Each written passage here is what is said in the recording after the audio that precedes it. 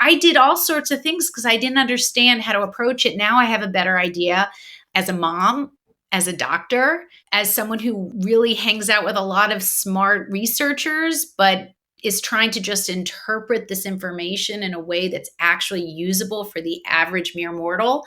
That to me has been my life's joy. And if I can make a difference into someone's life that feels better for them because they're now getting it and owning it and makes that change, they might do another change and then another. So it's about kind of this 80-20 approach, I think, where you take it seriously, but you don't take it so seriously that you're adding the stress that you're trying to remove in the first place.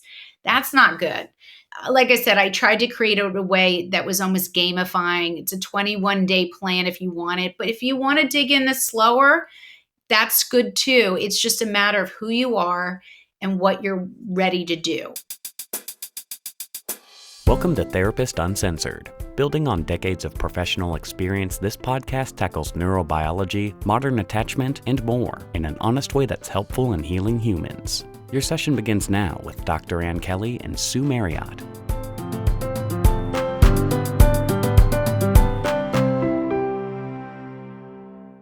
Hey, you guys. While we know relationships are wonderful, they are also really hard. Many of us believe that they shouldn't be, that if we have good connection and good communication, things will just go smoothly. But it's really that belief that can make us feel stubborn and even more hopeless.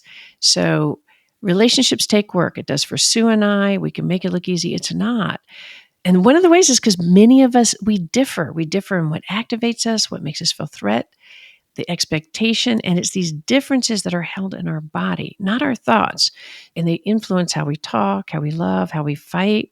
So holding that belief, if he or she or they could just understand me, if they love me, they do something different, is not really true.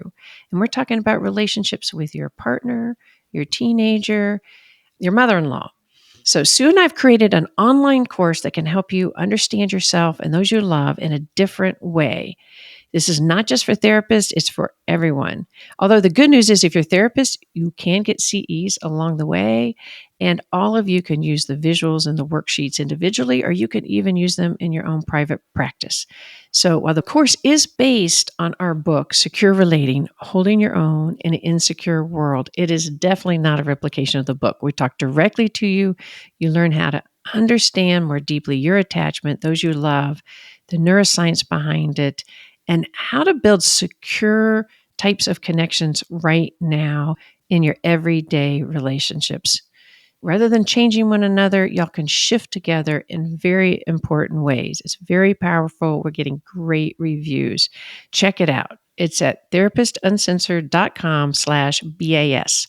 therapistuncensored.com/BAS. The BAS stands for Beyond Attachment Styles, the Science of Growing Secure Adult Relationships. And by the way, the cost of the course is about the amount of one individual therapy session, and yet you get hours and hours and hours of what we think is extremely valuable information. So check it out.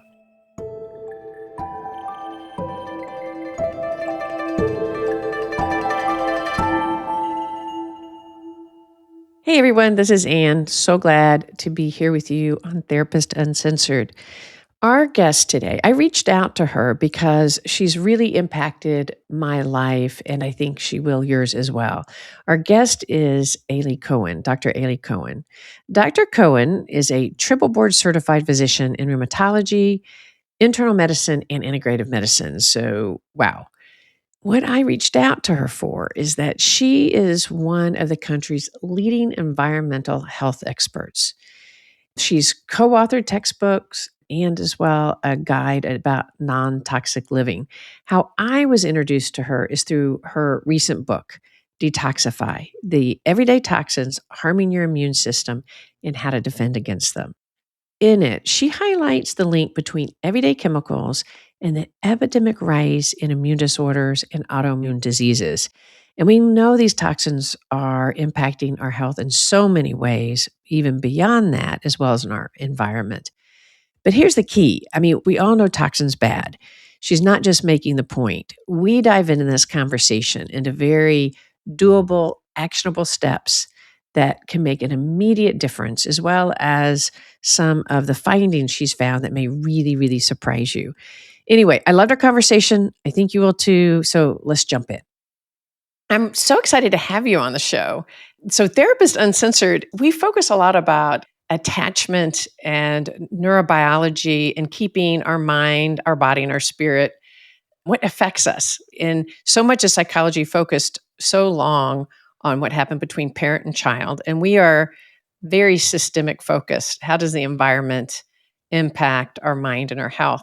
And what I love about your work is you have a missing piece that we have not really taken a deep dive into. And how does the environment itself impact us? And so when you reached out to us and I got a chance to check out all your materials, like, oh my God, this is a huge missing piece that we haven't addressed. So I was so glad that you agreed to come on. Yeah, the mind body connection is huge. And what affects the mind body? Well, the gut is one of them, and how these chemicals work through different processes can result in a lot of brain health related material. So I just want people to be aware of this piece. It's not the only piece, but it is a big piece that I think people need to consider. Well, and as I've kind of taken a deeper dive, it may be a much bigger piece than I've ever considered. I was thinking about with interviewing you today, I would actually counted how many products I put on my body before I jumped on camera today. And I think I counted like 9 without even thinking about it, from makeup to washing her hair. And I had never even actually stopped to take accounting of it. And it was really striking me, like, how much are these chemicals actually having an impact on how I function in my everyday world, et cetera. And so I'm excited to dive into this with you. Well, I'm happy to share, and I hopefully will do this in a way that doesn't freak people out. I color my hair. My kids play lacrosse on toxic turf, and I did even a podcast on that with researchers. So it's about how do we live healthier in a world we've created. Right. Let's not create more fear. And that's your approach. Your approach is empowerment, not fear-based. Absolutely. And humor and doing this with levity, because you can't get through this stuff without some levity. I know. I loved it when you said I still color my hair, because that's going to probably something that I stick with. I did a TED talk that, this is like, I don't know, 8 or 9 years ago, and I was really just starting to get into this visibly with media and stuff. And I thought, you know what, I better be honest and put myself out there. So I had a picture in my TED talk of me with foils. That's not something I'm willing to change, but maybe I will change my water, or maybe I will look into my food quality, but it's a journey. Well, tell the audience a bit about yourself and how you started diving in so deeply into the concept of environmental toxins. Yeah, I didn't ask for it. I can start by saying that this was not a field or an area that I ever thought I would be involved in, didn't even know it existed. I want to say 16 years ago, I'm going by my kids. My oldest son is 18 now. So, he was 2 and my other child was like 6 months. And then I had a 4.5-year-old golden retriever at the time. He was our firstborn, probably most well-behaved. And we were playing, we just moved to the suburbs from New York City. And we lived on a farm, lots of farms around us, lots of everything. And we had this golden retriever that became really sick at 4.5 years of age. So not only is this particular illness, which he was diagnosed with, called autoimmune hepatitis, where his immune system, auto meaning self, was self-directed to attack his liver. Not only is that an unusual condition for a dog, but it's an unusual condition for golden retrievers in particular. And, having just completed my fellowship in immunology and rheumatology at Montefiore in the Bronx, and having all this training, and I'm in the suburbs ready to get going, my love of my life there was getting sick. So long story short, not only at a young age and with an odd diagnosis, and with me as his mother, I started to kind of dive in. Well, what could possibly have triggered his immune system essentially towards himself? Was it his drinking water quality? Was it this food? Was it contaminated? God forbid it was like, where we live. I mean, here I have 2 young kids. So I really was doing sort of this deep dive into his life, his exposures in his short life, actually. And the more I was looking into his exposures, the more I was like, you're kidding me. There's no regulations on human cosmetics and personal care products in any of those ingredients. Like, you're kidding. Our water system only follows the Safe Drinking Water Act from 1974. And yet we've had literally hundreds of thousands of chemicals added since that law was put into effect that only manages 91 chemicals nationally. So everything I was discovering was like a shock, because here I was, a practicing physician. I'd never heard any of this in all of my years of training, pre-med, college, or anything. And it took a while for me to figure out whether this was real. So about a 10-year journey, no joke.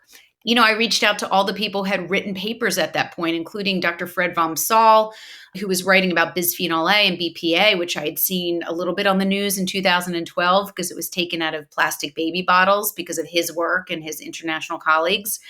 And so I started to reach out to Environmental Working Group just to explore, because I was starting to put together a local program on it just to, share with my community. And long story short, I got pulled into this world in a way that I'd never expected. And now here I am doing and teaching about environmental exposure surveys like I did with my dog. Here I am 18 years later, having it in a book, talking to patients, really teaching high school students about what they too should be thinking about and why it matters. Well, and it's so sad about your dog. I've had a golden retriever. It breaks my heart. And the irony of it being an autoimmune disorder, like how rare is that in an animal, and that an expert in the area that would happen. And yet you took it to such a deep level. I mean, when you were talking about the plastic toys that he plays with, all from that level, and then paralleling it to the materials that we come into, that just is that you took the time to see the insights in that and the parallels. Yeah, it took a lot of years. What I'm trying to do is make sure that people don't have to wait years to figure it out for themselves. We're on this continuum of life. And as an autoimmune disease doctor, an immune disease, I should say, not just autoimmune, we really, in the course of anthropology and evolution, we are here for a very short period of time. These chemicals, and we're now estimated between 100 and 300,000 of them that are unregulated, that go into our products that we love and use and put on our bodies and our kids and everything. They have only been introduced into the human experience for 100 years. And the fact that we're not paying more attention to the beauty of the immune system, which, by the way, regulates hormones and regulates cancer management and regulates, a whole bunch of different systems. The fact that we're not paying attention to what we now absolutely know about these chemicals from research institutions, not manufacturers, but third-party people who do not have a secondary gain from revealing this information. They're doing it because they're academic and they're really exploring it, but we know that they're connected. And the human lifespan is just short enough to not wait for regulation to take hold in the US, because it's not going to happen fast enough no matter who's in charge. It just won't happen fast enough for what I'm now seeing as a physician with the rates of these diseases going up. And so really my motivation was, how do I take what I've learned and build it into a framework that is scalable so that anybody could pick up a book or pick up this information or follow on The Smart Human is my social media, Instagram, TikTok, and Twitter and podcast. But I wanted people to be able to get this information without having to dive in or have a science background. And that's why I also don't sell products or, endorse brands, because I really want this material out there. And the only way to do that, I believe, in a legitimate way, is to not tie it to some kind of commercial product other than my book, which, God forbid it actually turns any profit, as we know in the literary world. It's more about just getting it out there. Yeah, it's your commitment and your passion to making a difference. You can really feel that in all the material that I've seen. When you talk about the increase, could you start there? I mean, 100 years that we've had these chemicals, and we do, I would say for myself, I have this like false sense of, oh, government, if it's out there, it's been regulated, it's been looked at, it's been researched. And then I just finished traveling with my daughter in Eastern Europe, and there are many products we have here that are legal there because of some of the findings in terms of the orange dyes. And so it's really kind of almost a scary process. How do you get the right information? But before we dive into that, like, what is the increase that you're noticing as an immune specialist? What are the increases in specific kind of disorders that you've noticed in your own practice or research has found? So I myself have seen this over 22 years. I practice in Princeton, New Jersey. I'm still practicing. I love it. I myself have seen not only this kind of overwhelming load of patients that are getting sicker with immune disorders at younger ages than really what anyone would anticipate in terms of just the demographics, but also in people who have no family history, which really weighs in and leans into this environmental exposure component. Now, it's certainly genes set up the system by which someone's predisposed to develop any condition, whether it's good or bad, right? But the idea that we are, unable to specifically know our whole genetic template and control it, plus we get half from our mother and half from our father, and so there's this real desire to control our destiny. But really what we can only control is what comes into our bodies, what we eat, what we drink, what we put onto our our skin, and hopefully that is how we can reduce the development or the expression. This is exposomics, the expression of those conditions, right? Keep them quiet by lifestyle and better choices. What we've seen internationally, though, is a huge increase in overall number of autoimmune diseases. So we have, in terms of incidence, I should say, not the number of them. So there's about 80 textbook described autoimmune diseases. This is not immune, like food allergies is a whole nother level, and eczema and a bunch of other things that are not necessarily autoimmune. But around the world, this has been exponential. In fact, rheumatoid arthritis is an example, which is probably the most commonly referred to autoimmune disease of the joints, an inflammatory joint condition, and also other components, has been estimated to go from, it used to be 0.5% of the world's population. Now we're at 1%. In the US, it's estimated between 7 and 14% of the US population has at least one autoimmune disease. And that actually comes out of 330 million Americans, it's about 30 million Americans. So, we're talking about a big number here. In fact, this morning I just posted to my Instagram feed the headline from the Washington Post talking about how autoimmune diseases has a very steep increase after age 50. I said, well, that's great, but we also have a rise amongst many other demographics, and maybe the steepest amongst the 50 and olders. But certainly we know that every demographic is having some increase, some more than others. Certainly females, certainly reproductive age, and that has a lot to do with how estrogen works. And, men get autoimmune diseases too, but it certainly is weighted to most of those autoimmune disease, not all, towards women. But why is that? Why is it so disproportionately in women? So I talk about it in my book a little bit because the science is coming out kind of fast and furious. But what we do know, and has always been sort of understood, is that estrogen happens to be, one of the driving forces. And so when these chemicals are mimicking estrogen, which is again how one of the mechanisms, there's many mechanisms for different chemical groups. But what we now know is that many of these, what we call hormone or endocrine disrupting chemicals, I renamed them to immune disrupting chemicals to reframe the conversation. But it's basically about manipulating hormones because these chemicals can actually not only look like them, but trigger immune responses towards similar proteins in the human body. So in other words, there's a look-alike effect where these chemicals might look like the tissue in your own body, and the body is directing not only its venom towards the invader, but also to tissue that looks similar. That's one mechanism.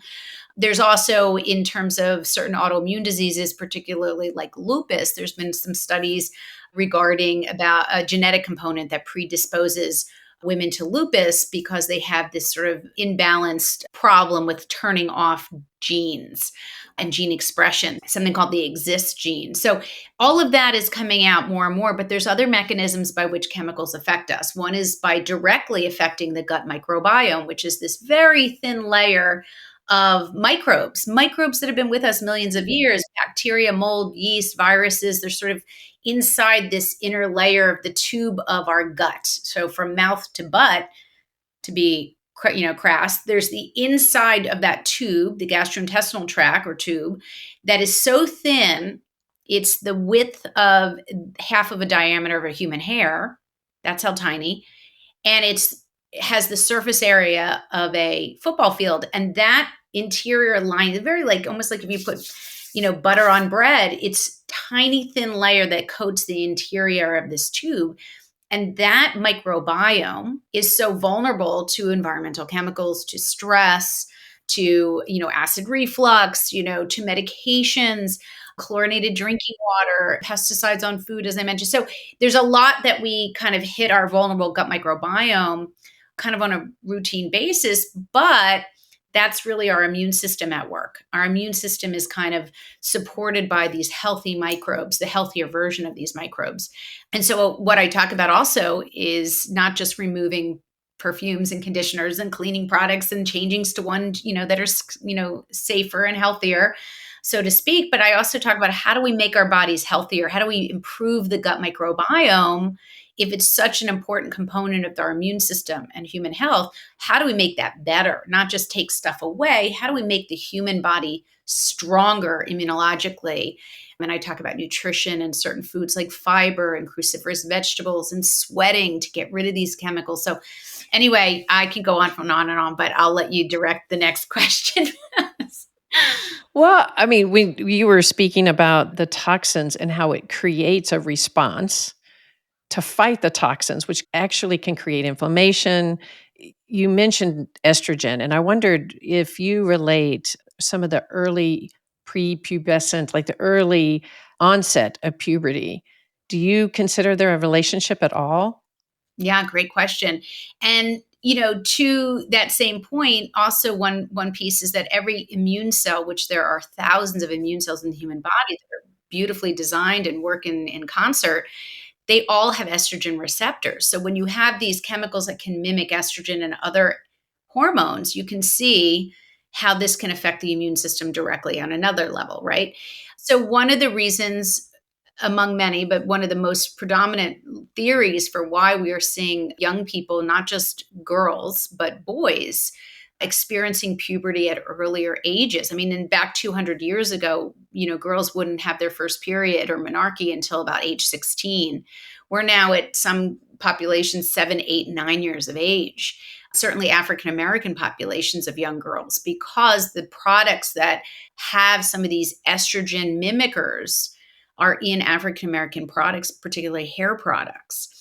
And so when we're talking about not only young girls getting exposed to chemicals that mimic estrogen and kind of, create an earlier onset of puberty, we're also talking about a subset that may be hit even harder because of their products. And boys too are seeing earlier puberty.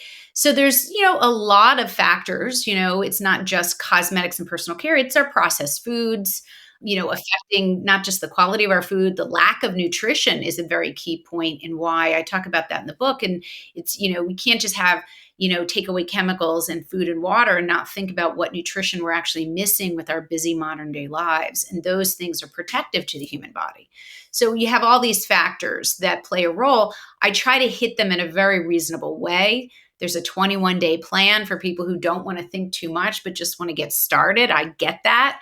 But there's lots of resources and information for people who want to dig deeper on each of these topics or any of these topics. And I think that's the beauty of knowledge, is that you can dip your toe in and you can do whatever you want as long as it's real and it's science and it's evidence-based. To me, that is really the most important thing. Well, and you're bringing it down to the individual to say, we can't wait for the industry itself to start regulating itself for us to feel comfortable. And the awareness of the direct impact. I mean, we've been speaking about immune disorders, but I mean, the significant, I can't stop to think about the increase in anxiety and depression and emotional regulation difficulties. And it's so easy to point to environmental stressors, right? The climate stress, political chaos, but to stop and think about the significant amount of chemicals that are surrounding us every day and to not pay attention to that particular thing that we can have a direct impact on, really missing something. Like, we talk about immune disorders, but what other ways do you feel these kind of toxic chemical environment that we live in or seeped in might be affecting us in terms of our mood, in terms of our inflammation in our body? Are there other ways for us to be thinking about it? Yeah, I'm glad you asked this, because when I see patients, for instance, who have had concussions, who have anxiety and depression, who have, insomnia or sleep disorders, anything, you might consider brain centric, Where do I go? I go with helping them fix their gut because the gut brain connection is remarkable. And the science is just coming out left and right about how much this gut, this microbiome, relates to the brain. So let me give you some mechanisms of how that works. So we have not just the direct effects on the thin, vulnerable microbes of the gut microbiome, which kind of makes them leaky when you knock off the good guys. You're sort of letting junk over that tube and into the bloodstream. So there's your immunologic response as well. But interestingly enough, the healthy microbes that we can maintain and keep a balance of in the gut. Now, this is going to sound crazy to some people, but what happens is when those microbes are thriving, they create a substance. I mean, you want to call it poop. I don't know what you want to call it, but it's actually easier to think of when you think of an ecosystem in the gut. When those microbes are thriving and doing well, and they're the healthy ones, right? The ones that are non-pathologic, so to speak, not salmonella, but like really good healthy ones like lactobacillus and bifidobacterium. And when they're doing well, they create a substance called butyrate and small chain fatty acids. Small chain fatty acids come from these healthy microbes. And they circulate. They not only cross the gut microbiome tube, the gastrointestinal tube, into the bloodstream, which takes them to the brain, but they can also travel via the vagal nerve to the brain, which is the largest nerve that innervates the gut.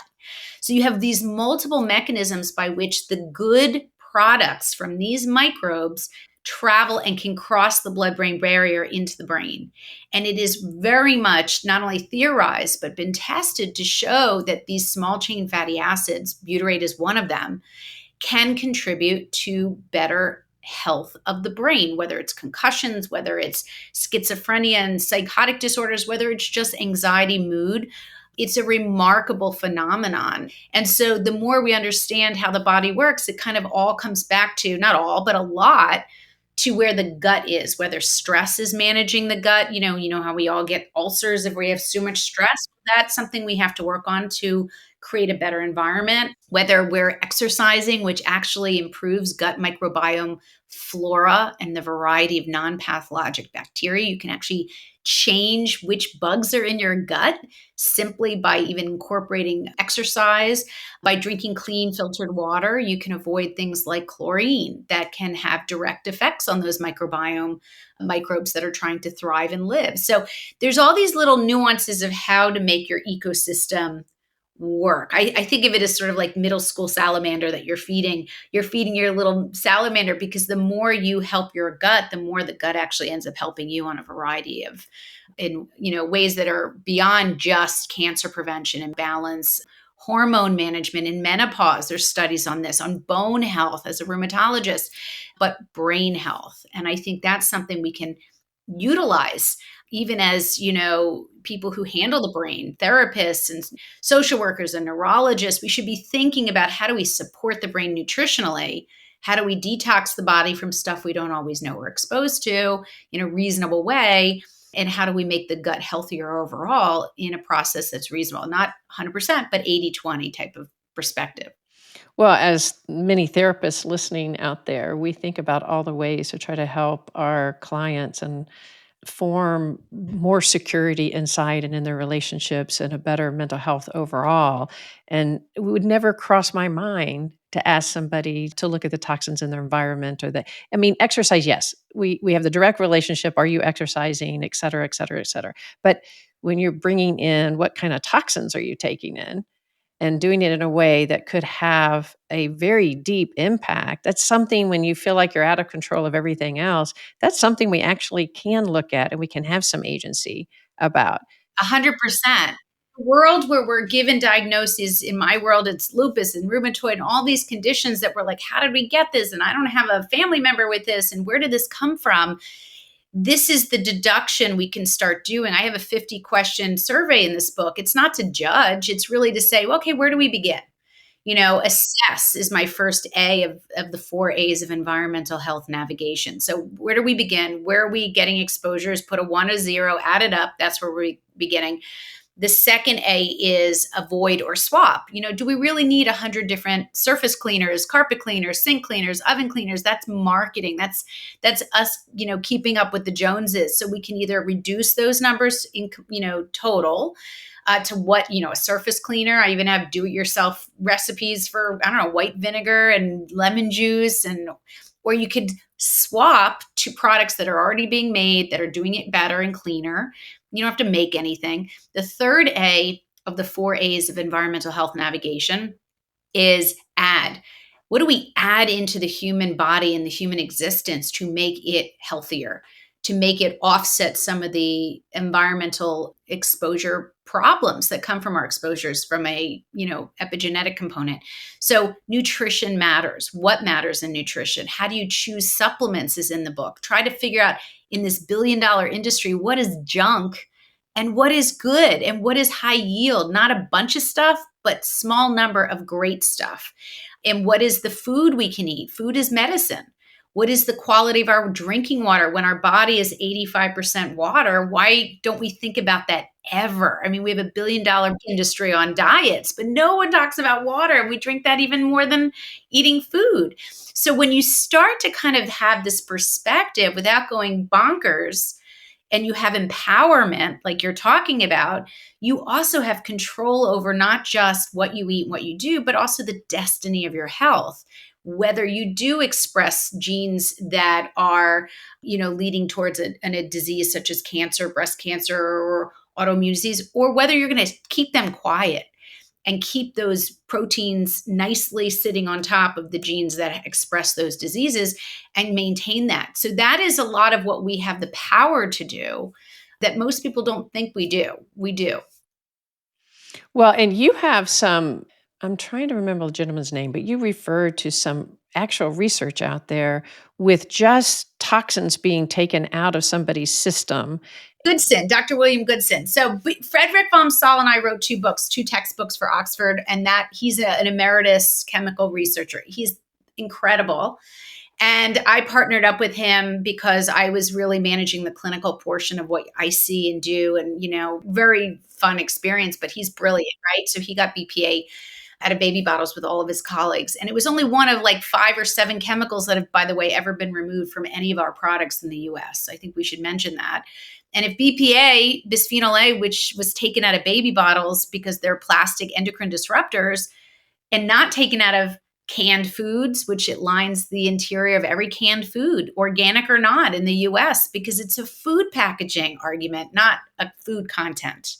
So to be honest, we've gotten a little further, but we're not nearly as far as we should. But I think you're mentioning Dr. William Goodson, who I interviewed for my podcasts. I also interviewed Fred, in case anyone wants to see those interviews. They're remarkable. But William Goodson is a breast surgeon, and he did some of the most incredible studies before he's retired now. He does some consulting, but he basically had 28 women take, women who did not have breast cancer themselves, who had family members. So they felt very strongly about participating in this study, which is not fun technically. These 28 women had fine needle breast biopsies, which for some people who've experienced that is not fun, but it's a piece of your breast tissue and analyzed for a variety of cancer signals or breast cancer itself. I think it was 28 women over 30 days gave up or swapped out their personal care products to safer versions using apps that I talk about in the book, like Healthy Living and Clearia and ewg.org/skin deep, and a bunch of different easy stuff to look up. For 30 days, they changed out their products to safer products with far safer ingredients. And then they were re-biopsied. And all 28 women actually showed up for the biopsy for the second time. And turns out that when they studied just this change for 30 days, they could see a change in the signal for breast cancer development. And it got some attention, but it didn't get enough attention because, in my opinion, because he represents this movement where when you're being sponsored by Procter & Gamble or sponsored by J&J or sponsored by big corporations, you're not going to have the media savvy to put this man on TV and talk about this study. So you have to dig it up in the research. So, I just think that there's a reason why we're not hearing as much as we should for a variety of reasons, not always clandestine. Yeah, a variety of reasons, including commercialism, right? Like what products are gonna be supporting the programs that we're watching that would give us access to this kind of research? Yeah. I have a colleague who wrote a book on environmental chemicals, and he did one stint, I think, on either the Today Show or Good Morning America, I think, for like 20-second stint, and all of his other stints to promote the book were canceled the rest of the day by the time that was aired. So we know that this is a battle. If it wasn't a battle, I wouldn't be getting, comments on my book, a few here and there on Amazon, which clearly come from the chemical industry folks. So it's a battle. And I think and by the way, anyone can put a 5-star and I'd be really appreciated, because it's a battle of how do we get out there more, show that this is a problem, and give people resources. I'm not here to promote products. I'm here to give people the fishing rod so that they can fish, not give them the fish. Yeah, you're talking about again, we come back to the personal empowerment of what things do we have that we can have access to. And then we have a lot of empowerment because where we put our dollars really, really matters and really shapes where we're coming from. And so having this kind of information that would turn us away from even our need in the future from pharmaceuticals, right? Like if we're having gut issues, we're purchasing things, right? But if we're really thinking about our gut biome and we're really taking care of it, it could make this effect that happens all the way down the line. And so that's why I was so excited about you coming on the show, because it's an element that I think of in my personal life, right? But it's something that I hadn't thought about how to integrate it in a show that focuses mostly on mental health and wellness. And yet it's just like, how could I not have somebody on that's talking about the kind of environmental things that can have the very direct impact on how our stress level happens, the inflammation in our body that creates all sorts of havoc in our gut, that it makes a complete difference in our relationships, in our everyday, how we relate to one another, how we regulate our emotions. So anyway, it's very exciting. And even I was sitting here when you're talking and saying exactly, by the way, I can't thank you enough for having me on, because you're absolutely right. Like if we could just get this into other, arenas where the framing makes sense, it still comes back to some of the same tenets. But even like sleep, for instance, we know that during sleep, there's great science to show that we're washing out some of these exposures to chemicals from air, from water, things you can't control always. You're driving into the city, you got a meeting, whatever. But when you're sleeping at night, we have actual known mechanisms through what's called the lymphatic system, which is this watery system around the brain and spinal fluid that actually washes chemicals and breaks them down while we sleep. So one of the things to think about is not to take an Ambien or to take a sleep pill if you don't have to, right? I'm not here to be your doctor, but to sort of guide, but to really work on sleep as a mechanism of overall health that includes, how we get rid of chemicals, because quality and quantity of sleep not only makes you feel refreshed, ready for your day, cognition improves, memory improves, but here you have this added value of removing a lot of the exposures that you had no control over. And so again, it's not about taking the medicines to knock you out. It's really about how do you improve your sleep from a holistic perspective, if you can do it. And there's things like nutrients, like magnesium, certain types that some make you go to the bathroom. You don't want to take those too much. But the idea is that magnesium is very helpful to the brain and been well studied. It's something that we're deficient in as human beings. Now, you wouldn't take magnesium too much if you had kidney failure or chronic kidney issues. So that's where an integrative doctor or someone who has more of a medical perspective might be helpful, and not taking supplements willy-nilly. I try to guide people as to what to think about, what's safe, and what to, who shouldn't be taking certain things, and how to find quality stuff so you don't waste your money. Those are things that I think are really helpful for the brain and for mental health to consider. So, yeah. It's hard to find, to separate the quality, really well-researched products from that sort of the commercial marketed, oh, this is a great idea, so buy this product, buy this supplement. So I'm glad you mentioned that.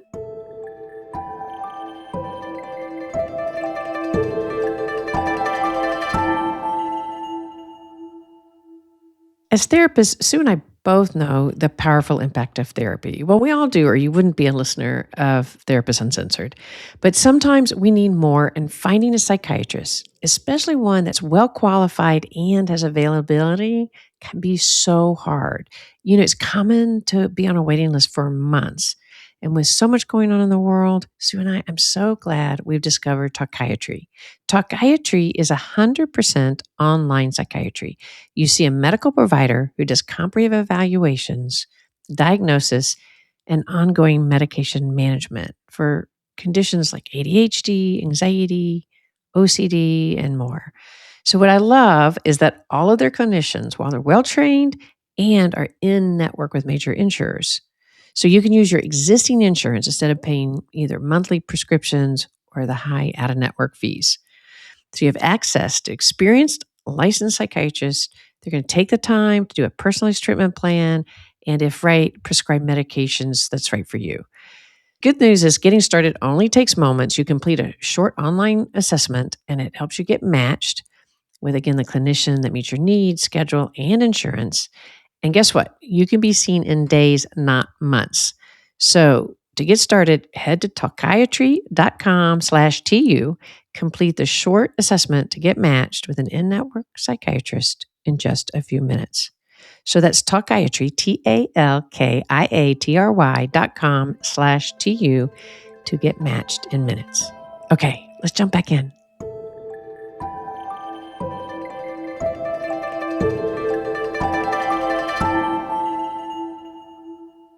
Let's get to some of the how-tos because I'm very motivated to clean up the system and to help people like in our environment. Besides, I love that people will find a connection to your podcast as well as connections to your book, et cetera, in our show notes. So we'll reference that at the very end.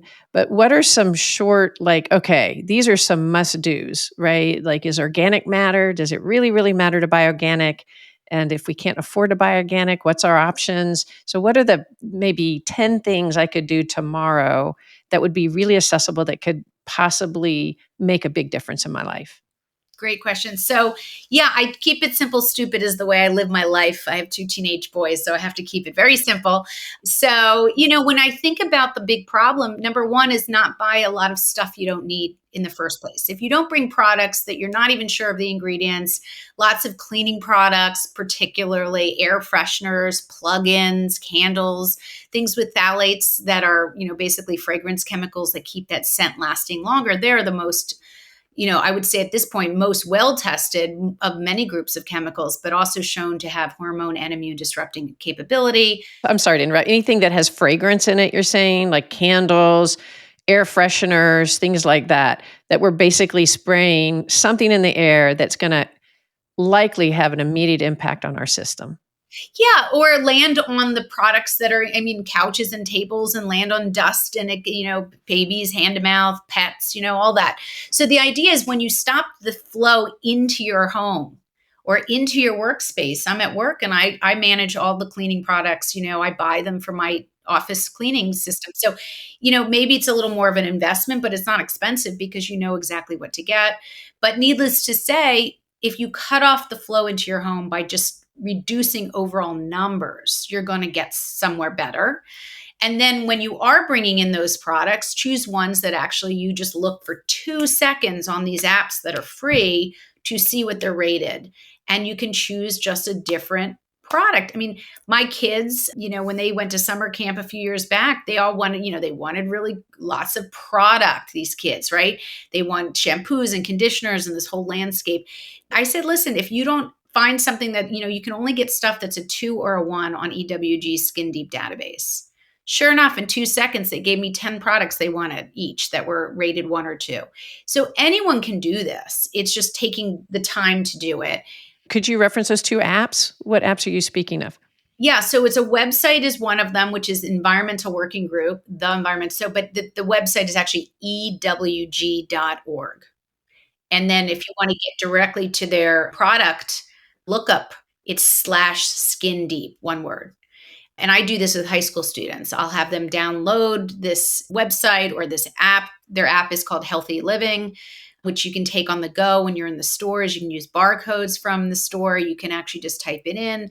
A lot of times the product's in there, not always, but there's certainly enough in there. It's like 90,000 products in the app and in the website. So there's also Clearia, Yucca, Think Dirty. They access some of the same databases for chemical exposures and toxicity. So, they're really just reframed how they're set up.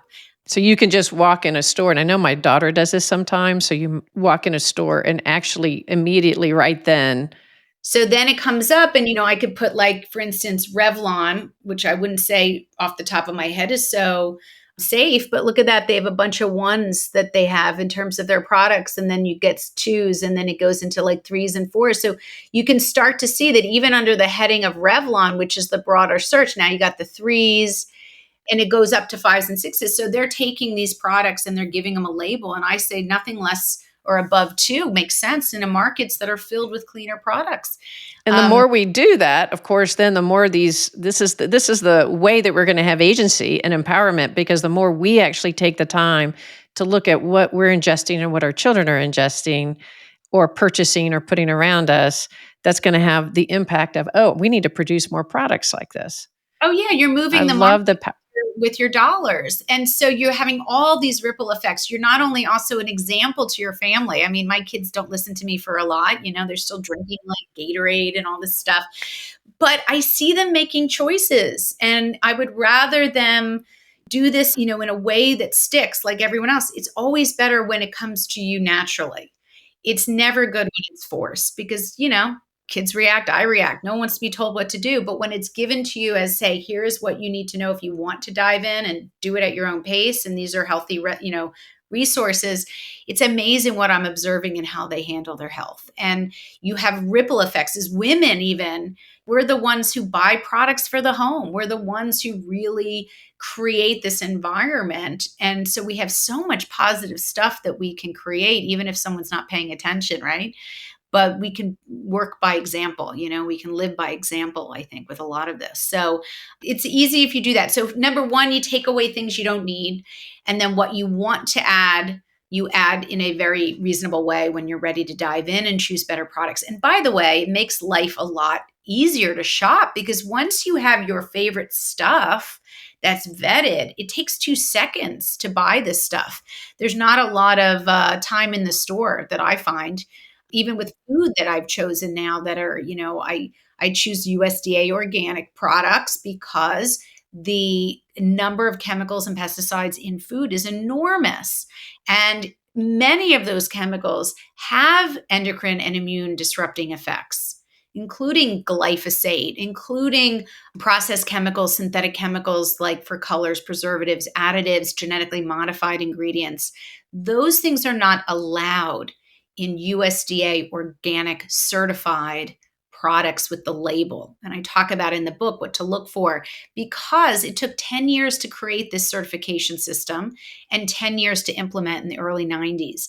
And it is the only regulation within our entire system besides, say, the FDA for medications that the US has. That is mind-blowing. So when I tell people to do this, I understand people are like, oh, it's so expensive or I can't have access to it. Well, guess what? Here's what changes all of that. Frozen USDA organic produce, veggies and fruits that are packaged and frozen immediately have all of the nutritional value, if not more, than food that travels across the US or across the country or to other countries into our fresh supermarket. Wow, really? So you would say, but then I'm thinking about this frozen food. Isn't it typically in a plastic package? It all is, whether it's fresh or it's frozen. So here's the trick.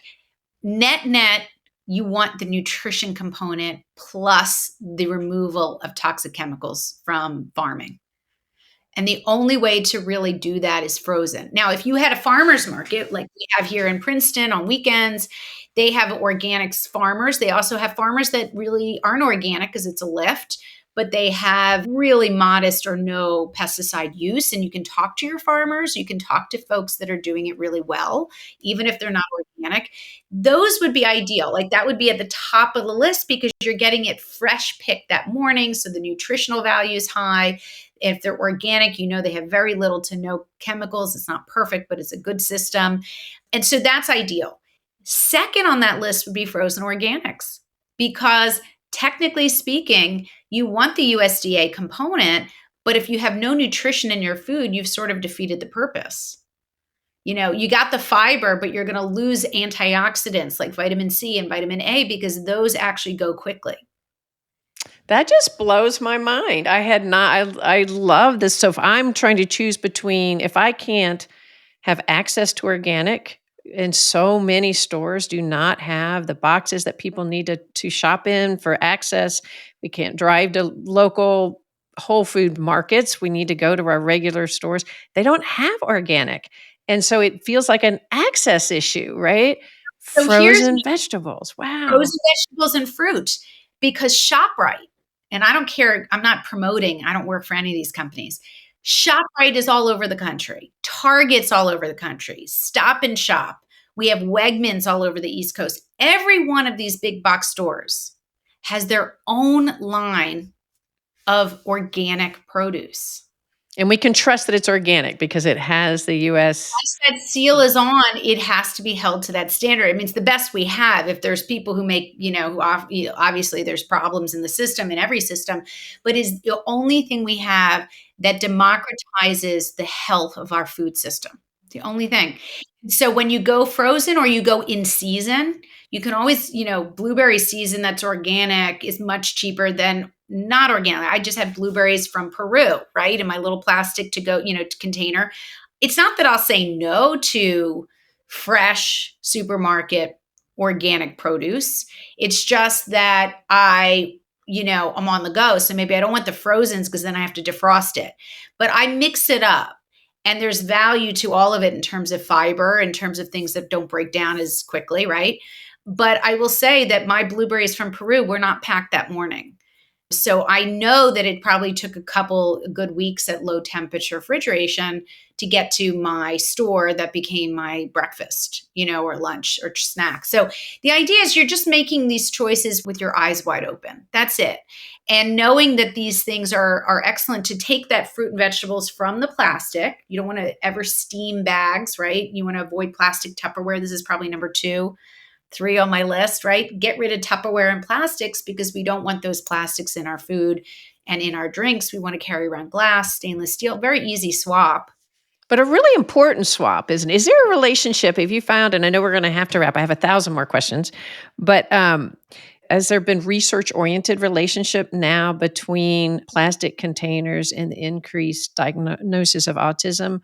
I know that there's been a big argument about that. It's a great question, but it's a little bit more complex than that because plastics in and of themselves have 2 problems. A, they're mechanically problematic because they get stuck in our body. Like we can actually measure them.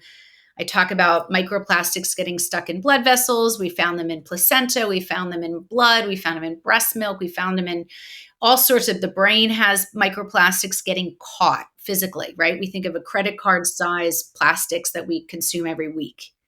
So we have that science that needs to be continued. But then we also have what makes up these plastics. The plastics themselves are made up of chemicals that break down. They're also intentionally infused with chemicals like flame retardants, like heat resistant chemicals, antimicrobials on chopping boards. There's lots of things that plastics can be mixed with in the mixer. So it's a complex. So when we talk about autism, which is such a complex conversation, it also depends where we're exposed, when we're exposed, for how long we're exposed, to what we're exposed, and why is it, it might have a half-life that's shorter than others. In utero exposure is a very big conversation versus even childhood exposure. These are vulnerable periods of development. So, it's a very sensitive topic because no one wants to be blamed for their choices. I actually talk about how when I was 9 months pregnant and probably most of my pregnancy, I would roll up to McDonald's and get the hot deluxe breakfast every morning in hot black plastic and enjoyed every minute of it, right? Gained 30 pounds. Boy, I had a good time. But that was before I understood what I could be contributing to. I have regret, but I'm not to the point where I feel like I'm a bad mother, right? Because I didn't know. And I don't want anyone to feel that way because we're all in this together and we should never be judged for activities that we didn't know better and maybe could even do better, So I think it's just really important conversation, whether it's breast cancer or autism or we're having cancers by young people all over the news. If you think about it, It's one piece of the subject of how do we live longer and healthier. And really, this is a piece of it that is empowering and doable. If it wasn't doable, I wouldn't post on it on The Smart Human. I wouldn't write about it and I wouldn't lecture about it. I love where you went with that because it's so easy to be talking about these kind of impacts and then somehow it be extrapolated that if I have breast cancer or myself or a child is, has neurodivergence, as if there's something that's happened that's wrong and that has been caused that you could have stopped it. And you're really adding to the complexity. What we're trying to do is just live longer, live healthier, and really look at the things that we know could impact the way that our body functions. And, plastics for sure are not good for any of us. And I think about you were talking about water earlier, and I think about our compulsive need to have water bottles, but that means we're all walking around with water in plastic containers that have been in hot sun. And I just like now I can't even see that, because just of our awareness of how the plastics seep into the water we're drinking. But you're saying making active choices, and none of us are going to live perfectly. We're still going to stop by the fast food for our children at times when we're in a hurry, and we're not trying to create guilt or obsessiveness, but just make it a more doable decision making every day. If we improve our environment by a certain percentage every day, that's just better. Absolutely. We're going to travel. We're not going to have access to everything we have at home. We're going to go to birthday parties and eat purple ice cream because it's our birthday. We're going to, have kids who refuse our healthy stuff so they can have stuff that makes them look cool at a birthday party. It's going to happen. The question is, how do we just slowly create an environment and a culture around thinking about these ideas and then slowly implementing them at the right time and place? And what I kind of like to do is make humorous. How do we go about doing this? What were the things that I cracked an egg in my kettle thinking it was nonstick and then I couldn't get the egg out. I did all sorts of things because I didn't understand how to approach it. Now I have a better idea as a mom, as a doctor, as someone who really hangs out with a lot of smart researchers, but is trying to just interpret this information in a way that's actually usable for the average mere mortal. That to me has been my life's joy. And if I can make a difference into someone's life that feels better for them because they're now getting it and owning it and makes that change, they might do another change and then another. So it's about kind of this 80-20 approach, I think, where you take it seriously, but you don't take it so seriously that you're adding the stress that you're trying to remove in the first place. That's not good. Like I said, I tried to create a way that was almost gamifying. It's a 21-day plan if you want it. But if you want to dig in this slower, that's good too. It's just a matter of who you are and what you're ready to do. Our home is someplace that we can really take more control over because that's our lives, right? Sometimes our work we can control too. But once we step outside our homes, we're sort of at the whim of many systems that we can't always control. So I say, you know what? Start with your home, start where it feels good, and get good at some of those things. And then you can kind of extrapolate to better ideas outside your four walls. Well, I feel very inspired and very grateful that you would come and talk to me and talk to our listeners about this and that you're out there trying to have such a big impact in the way that people will listen. And I know you also talk a lot about, we didn't get a chance to talk about that, but how important it is to teach kids this. We've mentioned it, we've referenced it, but how vulnerable. We talked about women, but kids and their hormonal development and growth. Really is a period of education for multiple times, not just to develop multiple reasons, not just to develop good habits, but their bodies are really at a more vulnerable place.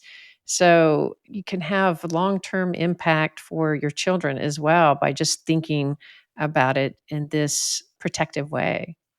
Yeah. And the next generation, I have, like I said, two kids, and, I want them to have healthy lives. I want them to, have healthy children, and I want them to thrive. So, the idea is really you're laying the groundwork for not just your own generation of doing better, but maybe even successive generations. I'm starting to see their choices and what they're thinking about and what they're hearing from their friends. And then their friends are following me on the Smart Human and my kids aren't. And, then I I understand. very funny. I actually did their high school assembly before my oldest graduated. I had really said I need to do this before they leave because it matters to me. And the amount of support from their friends, because I think when it's not your own mother talking, you listen better. And, I just think, maybe give people a book and say, share it amongst your friends or watch the Smart Human like give it away if it's not your thing. It might actually resonate better, especially with your own kids. Yeah, my kids' friends will talk about an episode they've listened to, and there's not one, light going on with my own kids going, "Oh yeah, I listened to that too." They're like, "You listen? Why would you do that?"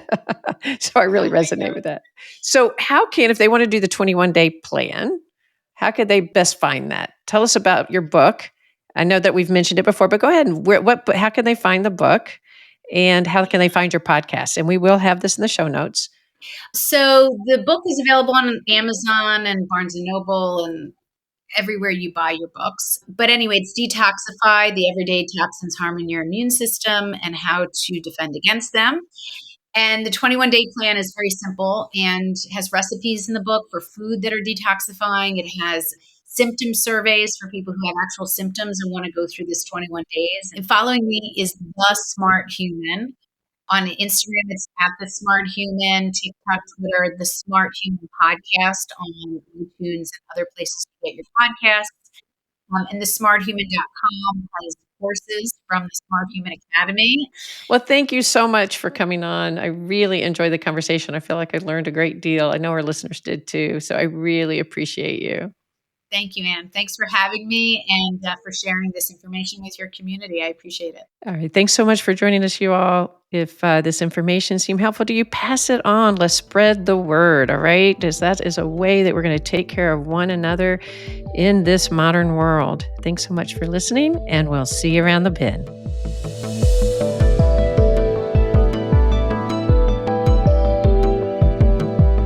Therapist Uncensored is Ann Kelley and Sue Marriott. This podcast is edited by Jack Anderson.